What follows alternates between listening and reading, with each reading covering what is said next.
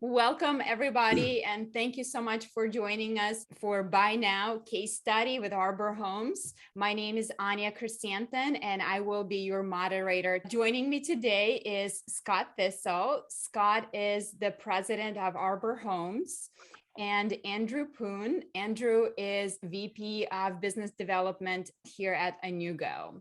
So welcome to the webinar, and thank you so much for joining us today. Both of you, appreciate that. The Thanks, Anya. reason for today's webinar is, as many of you have heard, Arbor Homes really made history when they processed their first buy now transaction on a custom built home. So we've received a lot of questions from both the builders as well as our peers in the industry about the transaction and really what led up to this transaction. And so that's why we wanted to have this webinar today so we can address as many questions as possible from you. Before I introduce my panelists, one of the important things, one of the important distinctions that I really wanted to make with our Buy Now feature is that what makes it unique. So you've probably heard about Buy Now. Buy Now has been a really hot topic of conversation, especially as of late. And several home builders, in fact, have implemented a form of Buy Now on their website.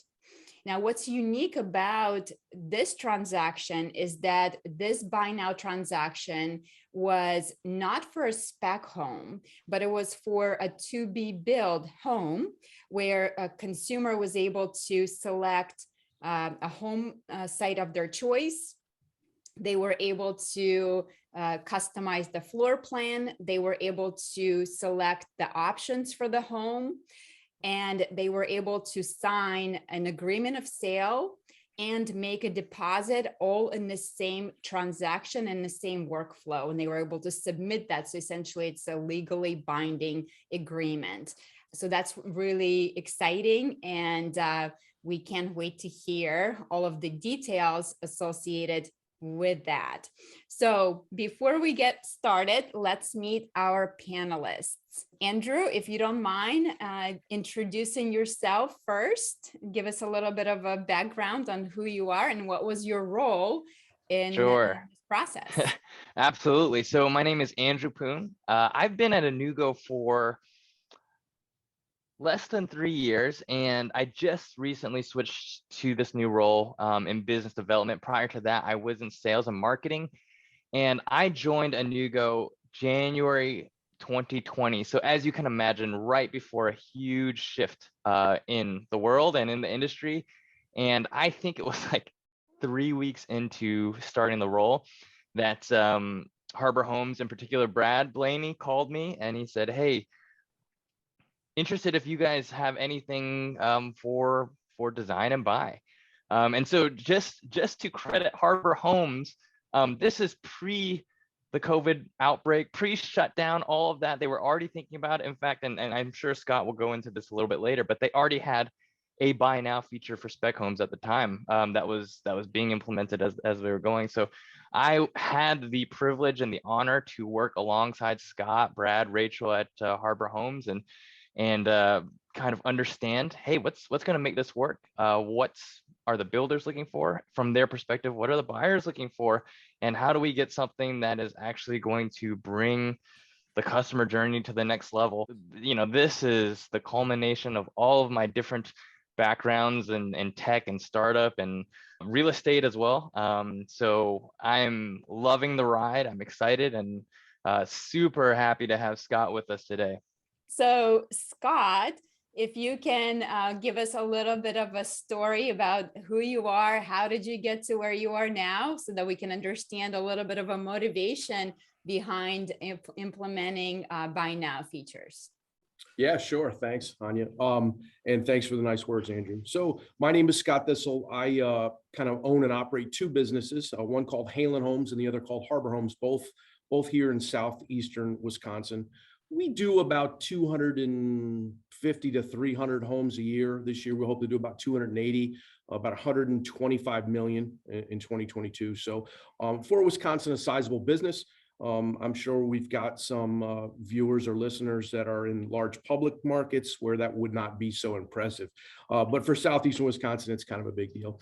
My background, just real quick, I started in the business as, believe it or not, as a carpenter, went on to get into project management, ended up this kind of opportunistic in a sense that I ended up in management roles almost by default because I was working at a small company as like the head project manager, and it got sold to a big national. So I went to work for a big national and went on to run divisions in North Carolina, South Carolina, and Texas.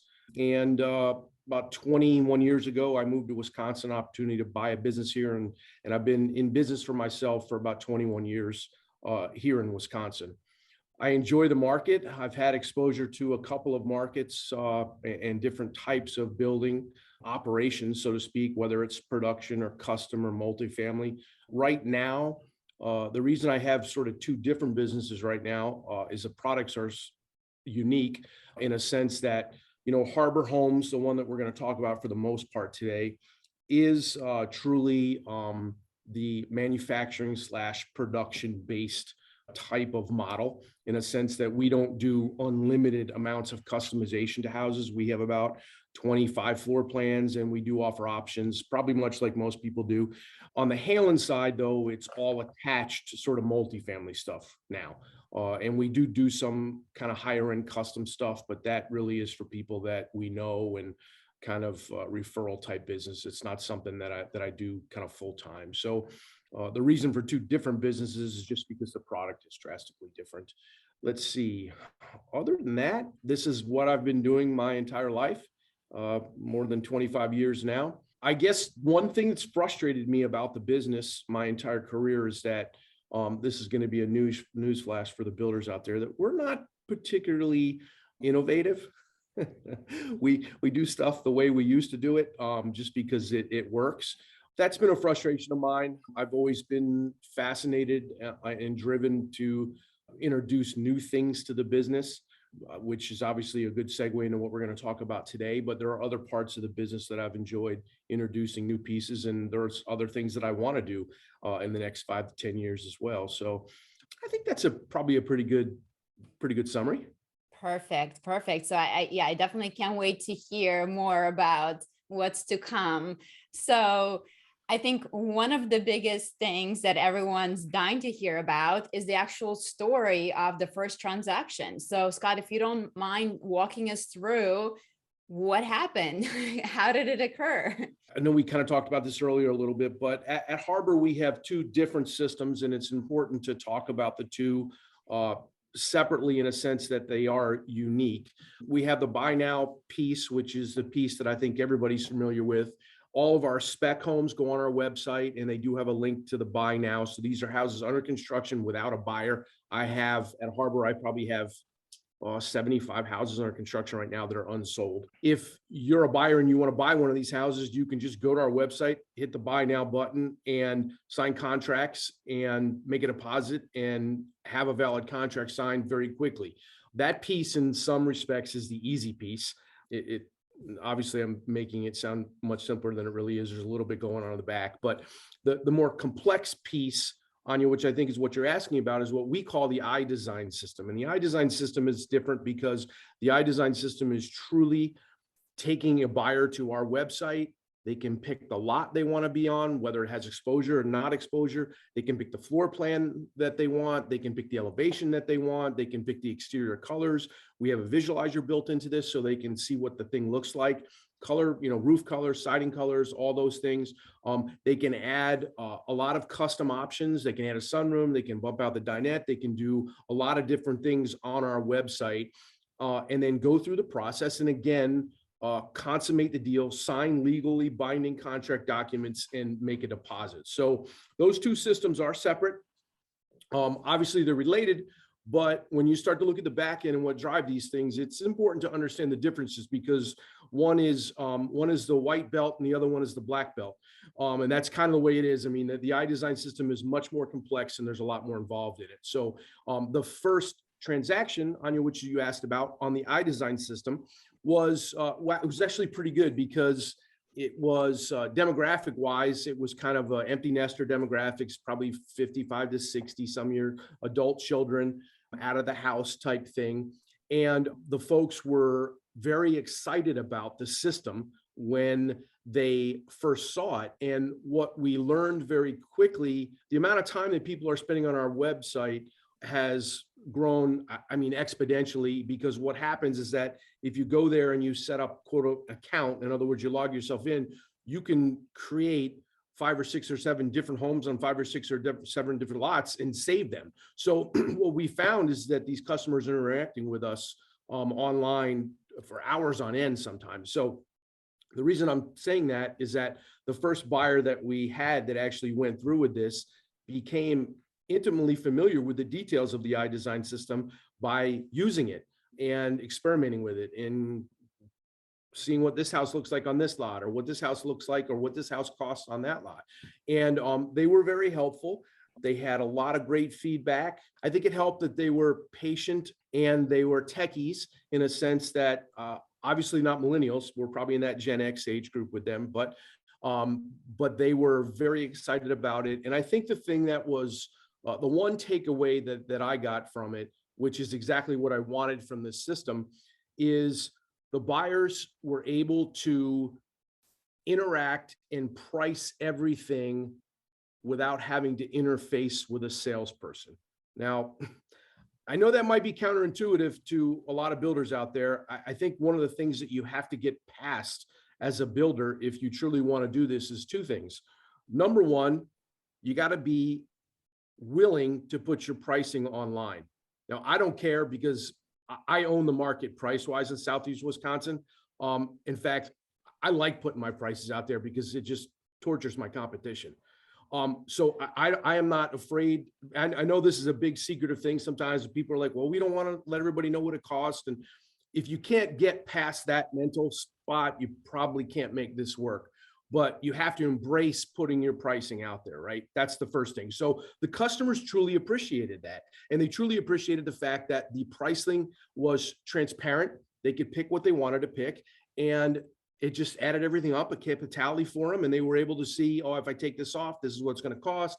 And obviously we have some tools for financing and what monthly payments look like with different assumptions and stuff like that. But at the end of the day, they were able to interface with it and use it that way.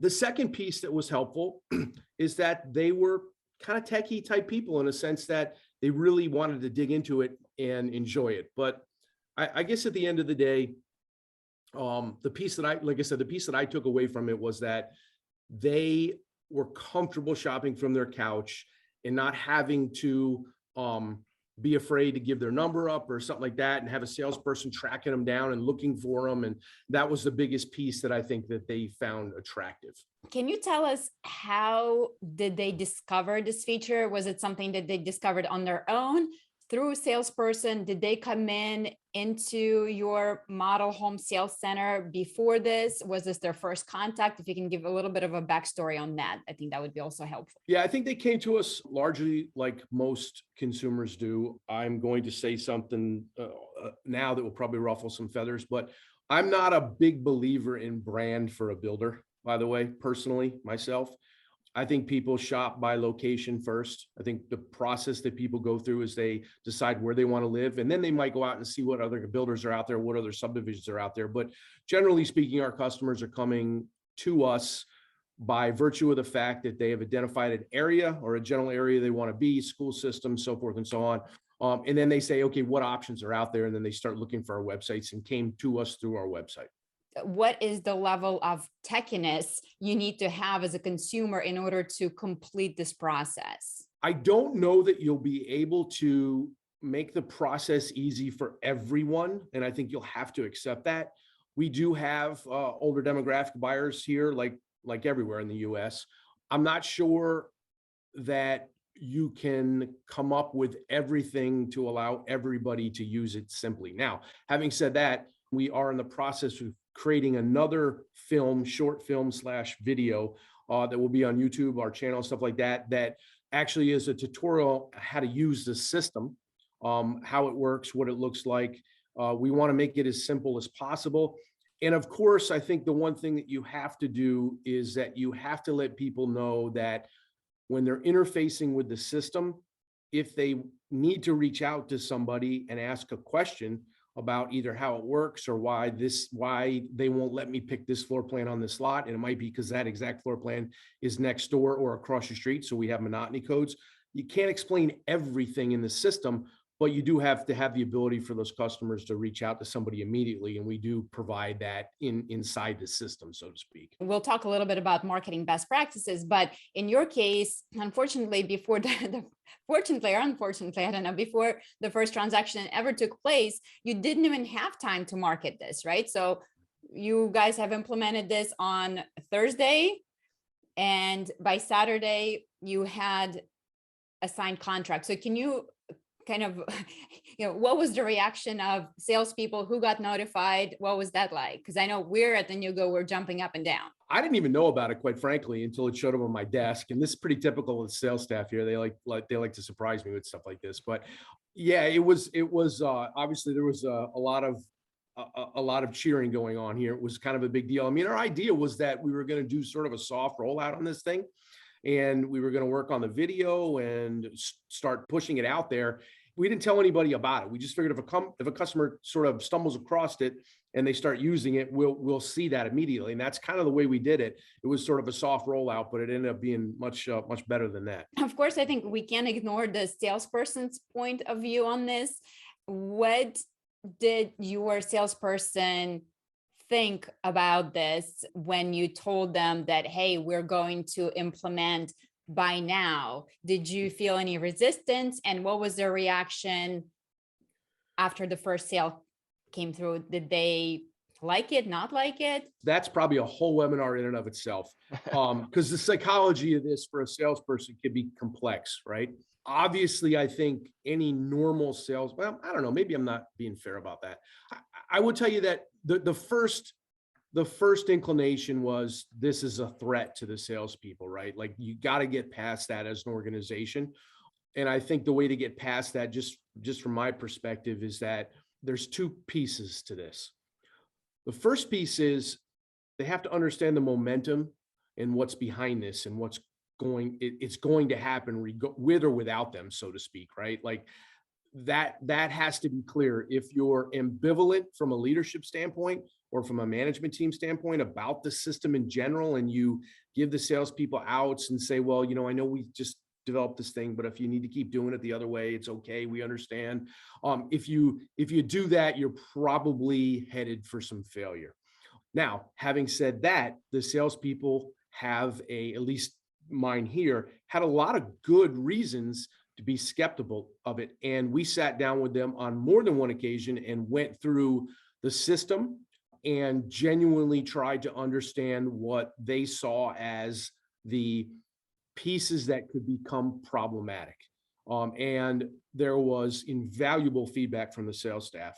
And then more importantly, after you get their feedback, you have to do something with it and let them know that you're listening to them. And we did that. We went through the process more than once. We actually had them meet with customers about it and kind of go through it a couple of times just to sort of test it, although we didn't sign deals on it. But at the end of the day, I think where the sales staff is now with this is that they genuinely see the improvements in process as it relates to this. Like, I don't know about everybody else on the call today, but prior to this, we were doing things the same way we were doing them 20 years ago. We were writing contracts, either typing it in zip forms or handwriting it and having tracking down signatures and doing it the way we've always done it. And now you can direct a customer to the website and say, hey, go do this. And then we have turned around documents that are typed. We don't have mistakes in them because much of this stuff is pre-filled out. And from a process improvement standpoint, the salespeople were very excited about that. And I think that is something that's really important to understand, is that with buy now or buy online, it doesn't take salesperson out of the equation necessarily. I think the biggest part is it brings all of your systems online, like you said. So now whether they're sitting in front of you or on their couch, at midnight, they're still able to complete this transaction, but everything stays online. So now you, Scott, you're able to access this transaction from anywhere in the world. Your customer is able to access this transaction anywhere in the world. Same goes for your consumers. So everyone's essentially operating in the same system on the same page. Now, we do have a question coming in, and that's definitely something that we're going to need to address with salespeople. And I wonder how you handle that with your salesperson. So if the transaction comes in completely online, so the salesperson didn't have any involvement, they didn't have any connection with the consumer, they didn't speak with them ahead of time, how are they compensated if they're being compensated for this transaction? If you can speak to that. No differently. There are way too many hurdles to getting this system up and running, that if you put up hurdles more to block, just to cause problems for yourself, it's going to be difficult. Same is true on the co-broke standpoint. You have to figure out a way to deal with that. And then we do have a question on the co-broker deals. Are you seeing that you have less deals that are co-brokered, or have you noticed any difference? I think it's important to have context to that question.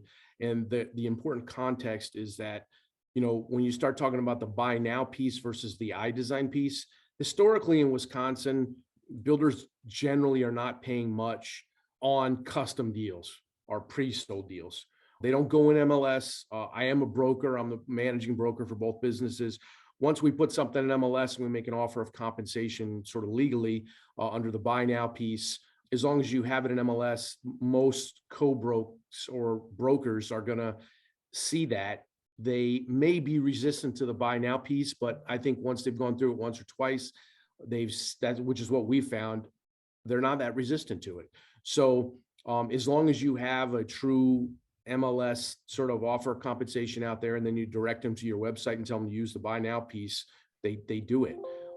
It's a little more complex than that, and I don't want to get into the weeds over whose documents you're using and things like that. But I will tell you that on the iDesign standpoint, in Wisconsin, there's a very important distinction between what we call the buy now piece and the iDesign piece, and that is contractually. So the buy now piece is in fact a real estate contract governed by the real estate laws in Wisconsin, and we have to use state forms and things like that. When you get into the iDesign piece, it's not even a real estate contract, it's a contract for services. So you're into a different type of contract and a whole nother host of pieces and parts that govern that. And obviously, if as a builder you decide to make a certain offer of compensation to cooperative brokers for that, you can do that. I do that. It's a fixed fee, but we haven't really seen much fall off on either end with co-brokes at this point. Can you tell us, why did you decide to implement buy now? What was really the driving force behind that decision? Yeah, I'm probably not going to tell you anything that you haven't heard, but really at the end of the day, the millennial generation is now officially bigger than the baby boomers ever were, right? You're talking about, depending on the market that you're in, you are talking about a demographic that makes up somewhere from probably 30% to potentially as much as 50% in some markets of our new home buyers right now. Mm-hmm. It's a big deal. We should be talking about it like we were talking about doing aging in place type stuff back in the early 2000s and the 1990s. That's kind of how big it is. So with that generation comes changes and demands in the way they do business. And they don't want to do business the way that I did business growing up, so to speak. The ability to sit on your couch, on your iPad or whatever it is, and shop for a new car and build it out the way you want it. And I don't care what it is.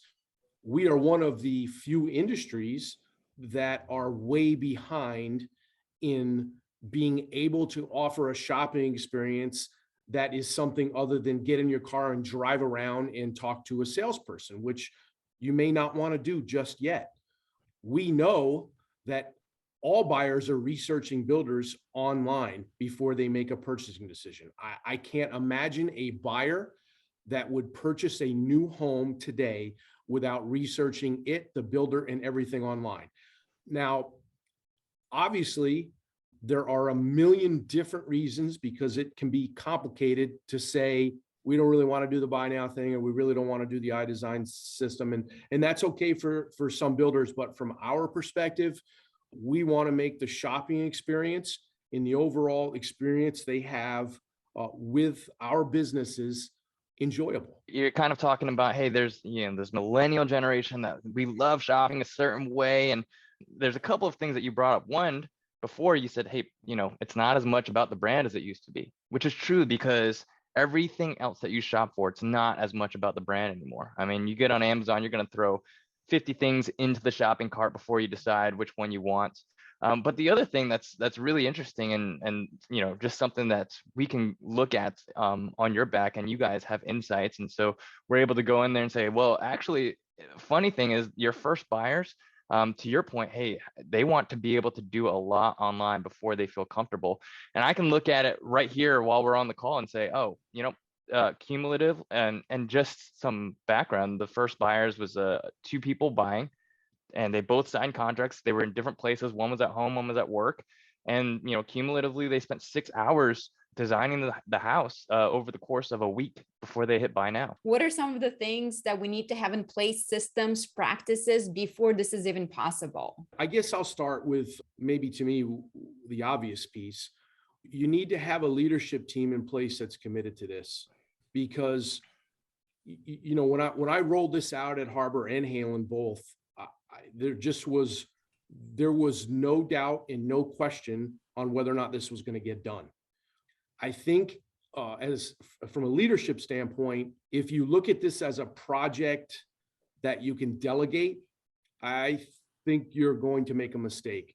This is an integral, important, competitive piece to your business. And from a leadership standpoint, whoever that leader may be at whatever company out there you're talking about doing it, if you're not 100% committed to it, don't bother doing it, because there's a lot that has to go into this, which I know, Anya, was maybe that's where you're going with Andrew, is sort of the back end piece of this, but and there's a lot there, and Andrew probably can talk about more of that than I can, but I will just tell you, that's my first piece, is the leadership piece. You have to be committed to it. And then the second piece, which is your obligation as a leader, is you have to put the resources into that. And that means time and money. Andrew has indicated, talked about Brad Blaney more than once. Brad actually I hired him to help me put this thing together. He's a friend of mine. It just so happened that he had just left a job in the software development business.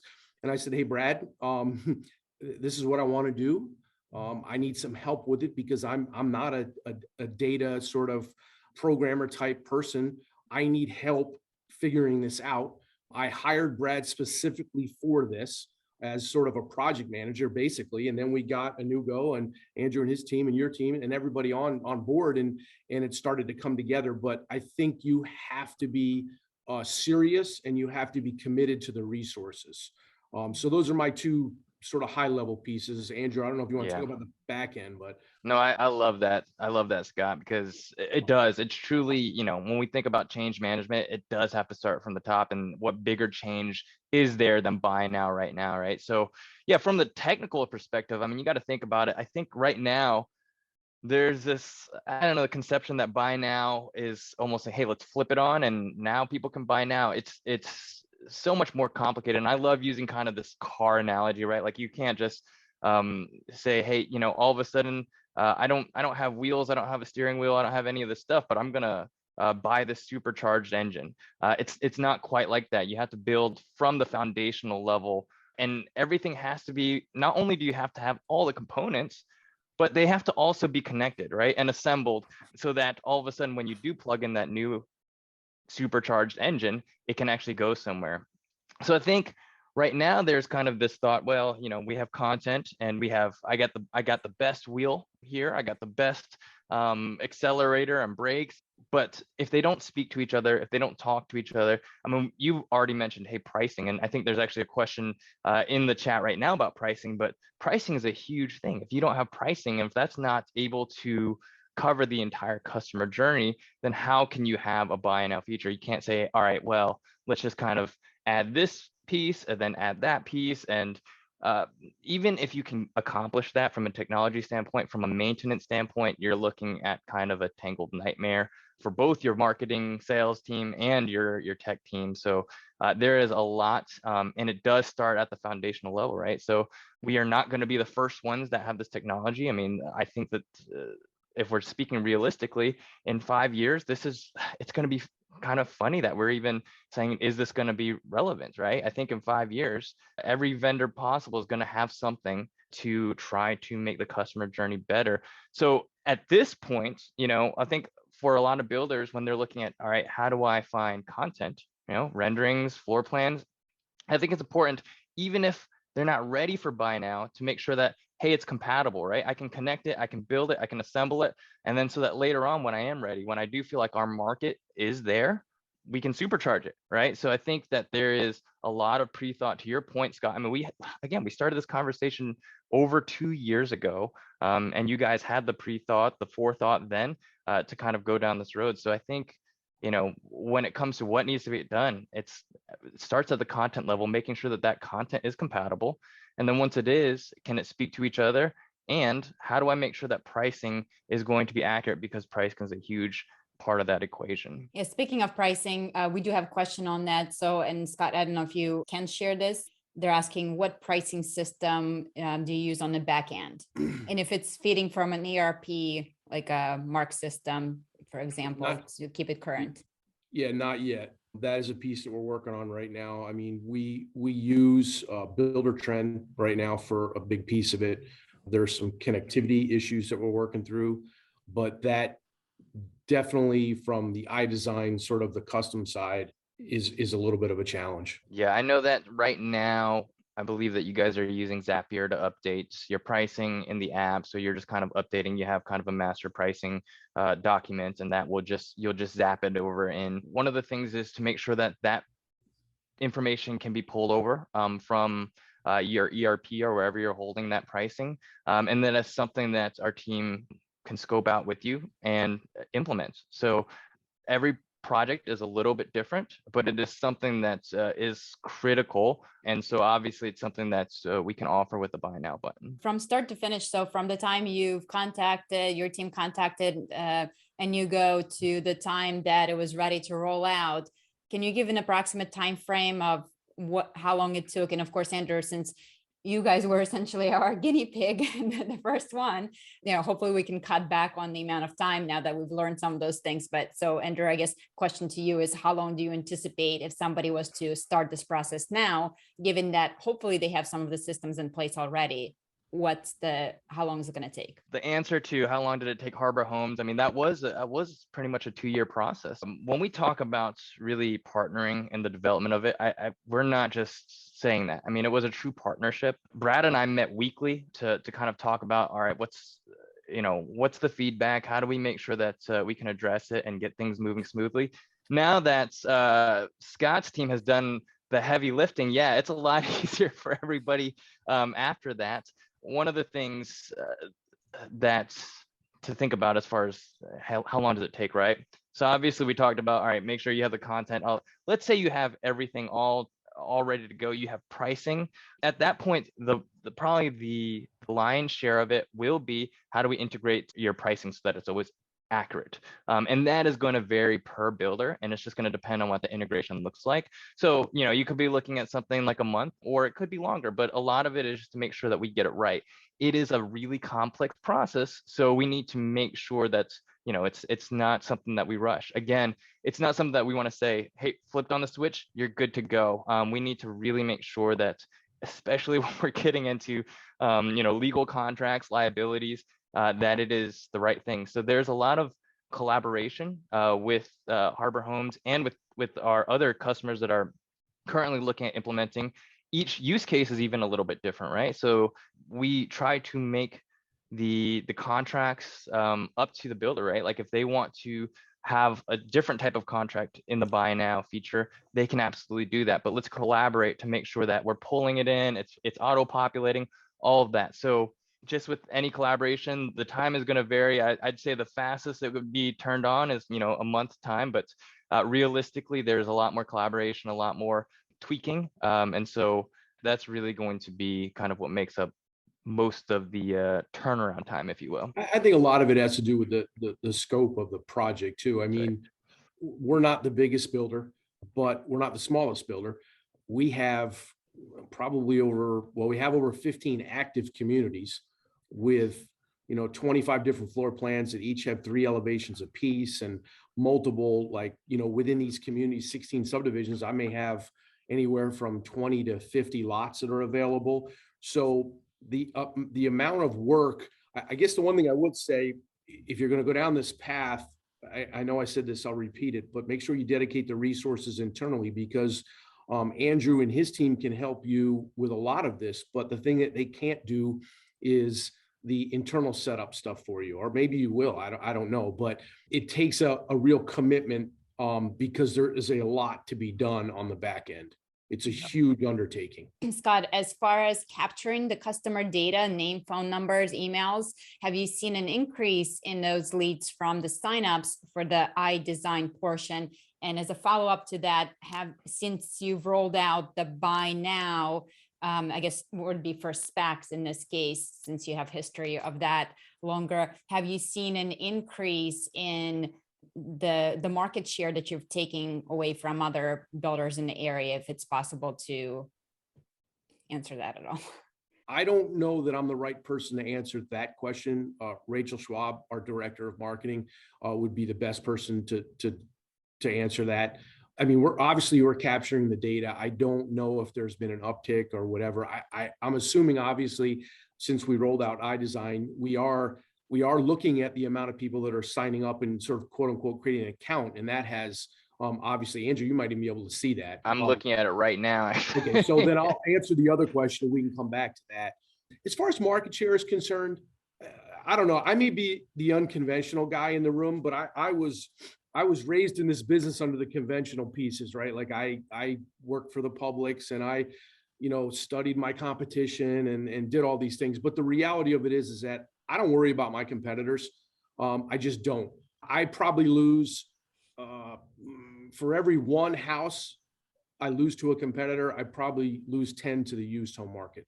So my biggest competition really is the used home market. I don't spend time worrying about my competitors in terms of the new homes, just because they just don't take enough share from us. I mean, as far as Southeastern Wisconsin is concerned, between Halen and Harbor and our other sister company here, we have over a third of the market share to begin with. And looks like Rachel, who's the marketing person at Harbor Homes, she said that, yes, we have seen an uptick in registrations on iDesign and web traffic. Let's talk a little bit about the good, the bad, and the ugly.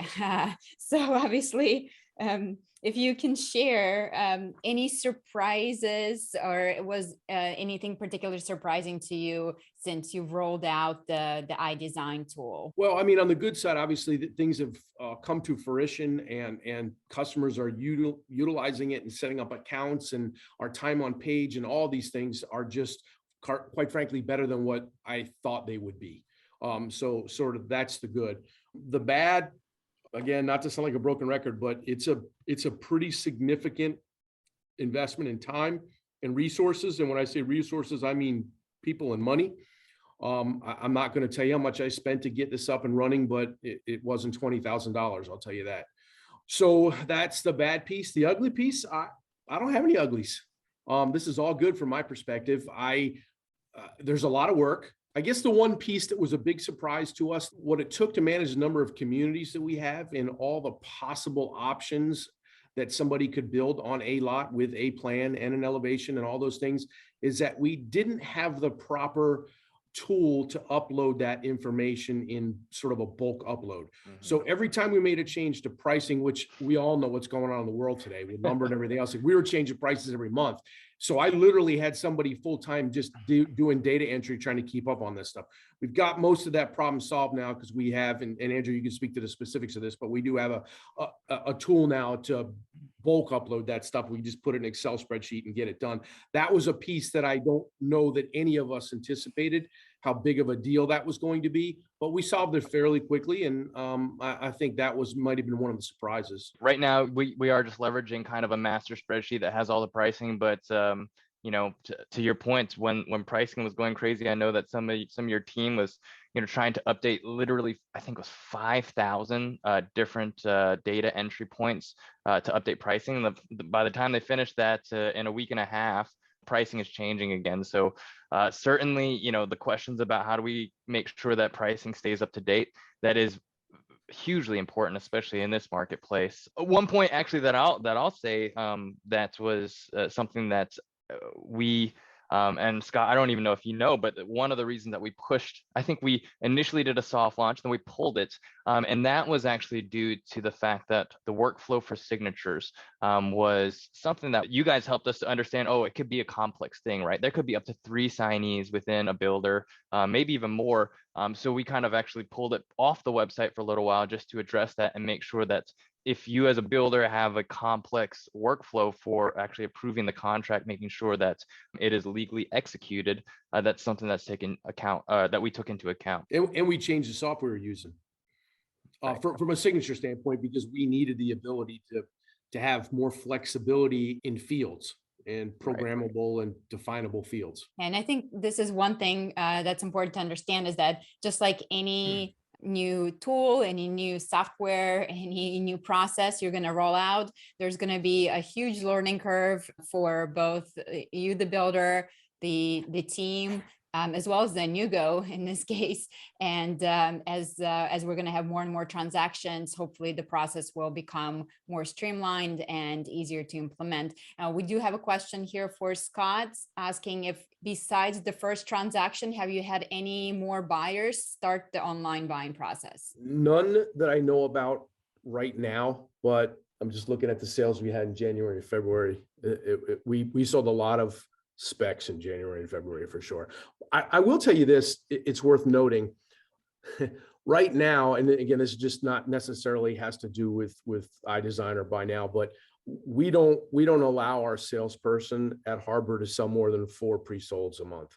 We need to start about 20 homes a month, and we just can't deal with that amount of buyers in the front end. So that'll change as the market starts to slow down a little bit, but there's risk on the pricing side for us right now, not knowing what things are going to cost in 5 months from now or 4 months from now. And there's risk from a process standpoint right now today. And Scott, the funny thing is, as I look at this, I actually see things that, Scott gets to see the sales. And if, by all means, if he wanted to dig in, he could see things, we are able to see like, oh, here, there's another, somebody that started the process. So somebody that did not transact yet, but has actually started the process for iDesign. And from what I believe, the sales team has contacted them, but not further in the actual Buy Now process or within iDesign, but has actually started the process. And so what Andrew is referring to is the backend insights. So with the system, you literally can see what your customers are doing. As we were monitoring the first transaction, we could see that the buyer picked one lot, then they switched to another lot. And so you can really see how they've arrived at this final combination of options, et cetera. So let's talk a little bit about logistics. So Scott and Andrew, I guess this is a combined question for you. So what happens once they hit sign? Is someone reaching out to them? Are they still expected to meet with the member of your sales team going forward? Is everything going to be done electronically? What's the process like? Sure. Why don't I talk about kind of what the software does, and then maybe Scott, if you want to talk about what your team is expected to do. From our standpoint, what happens is every step of the way, you're getting an email confirmation. So if you're starting the process, you're getting an email that says, hey, thanks for starting the process. Here's a link to that reservation. There's a number of steps that you would undertake. So the first is that you're going to obviously confirm all the information for the documentation. Then what's going to happen is we leverage DocuSign. Everything that's been designed in the app is going to then automatically pull into that DocuSign contract. It's also going to attach that brochure. So some of you may be familiar with the brochure that's created in the app.